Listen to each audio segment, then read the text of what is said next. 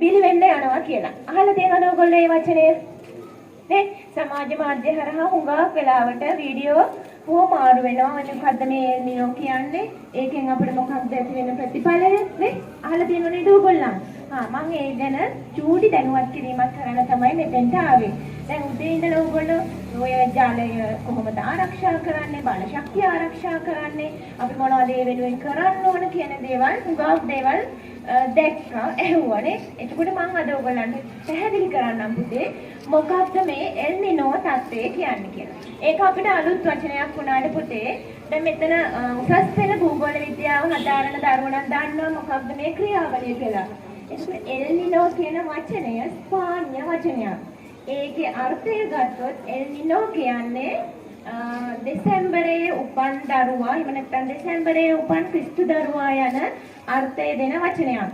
ඒක මේ L Nino කියන්නේ සාමාන්‍ය ස්වභාවික කාලගුණික සංසිද්ධියක්. මේ ක්‍රියාවලිය ඇති වෙන්නේ පුතේ ඔයගොල්ලෝ දන්න ලෝකේ විශාලම සාගරය මොකක්ද? පැසිෆික් සාගරයනේ.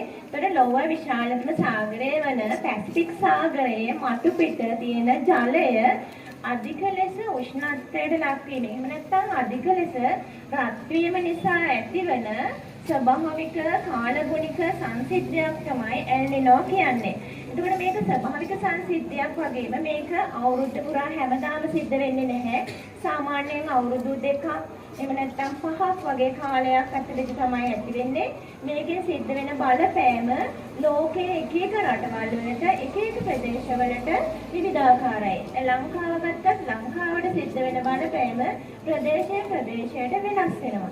මම චුට්ටක් පැහැදිලි කරන්නම් කොහොමද මේ රටක් නෙනේ නිවර්තන කලාපයේ තියෙන රටක්. ඒකට සාමාන්‍යයෙන් සූර්යයා මුදුන් වෙනවා මාර්තු 21 වෙනකොට සමකයට.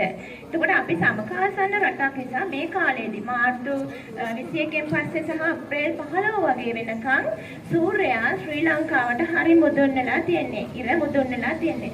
එතකොට අපිට ලැබෙන සූර්යාලෝකය ඍජුවම පතිත වෙනවා. ඒ වගේම අනිත් එක තමයි අධික සූර්ය රශ්මියත් එක්ක වලාකුළු නිර්මාණය වෙන්නේ නැහැ ඉහළ අහසේ. මොකද වායු ගෝලයේ තියෙන ආර්ද්‍රතාවය වැඩි. ඊට පස්සේ අහසේ තියෙන අර වායු ටික පල්ලෙහාට ගමන් කරන නිසා ඉහළ අහසේ වලාකුළු නිර්මාණය වෙන්නේ නැහැ. එතකොට අර සූර්යාලෝකය කෙලින්ම පතිත වෙනවා අපිට. ඒ නිසා තමයි මේ උෂ්ණත්වය වැඩි වෙලා තියෙන්නේ. එතකොට ඒ ක්‍රියාවලිය ඊළඟට වාෂ්පීකරණය හුඟක් වැඩි. වාෂ්පීකරණය වෙනවා කියන්නේ මොකද්ද? අපේ මේ පෘථිවියේ තියෙන ජලය ශාකවල තියෙන ජලය එහෙම නැත්නම් ගංගා ඇලදොල වල තියෙන ජලය මොකද වෙන්නේ? ඉක්මනට ඇද ගන්නවා වායු ගෝලයට නේ. වාෂ්පීකරණය වෙන වේගය හුඟක් වැඩි. ඒකට අහසේ වලාකුළු නැති වුණාම අර දැන් සූර්යයා කෙලින් පායලා තියෙනවා. එතකොට එයාගෙන් එන කිරණ කෙලින්ම අපිට පතිත වෙනවා. ඔන්න ඔය වගේ ක්‍රියාවලින් හුඟක් නිසා මේ දවස්වල අපිට අධික රස්නයක් දැනෙනවා නේ. ඒක තමයි වතුර දිබහ නැති වුණත් වතුර බොන්න ඕන. වතුර දිබහ නැති වුණත් වතුර බොන්න ඕන. ඔයගොල්ලන් ඉස්කෝලේ යනවනම් සාමාන්‍යයෙන් ඔයගොල්ලන් සිරිතක් හදාගන්න කාලච්ඡේදයට හරි මම වතුර උගුරු 5ක් බොනවා. මම වතුර උගුරු 10ක් බොනවා. එහෙම මොකක් හරි හදාගෙන අනිවාර්යෙන් වතුර බොන්න.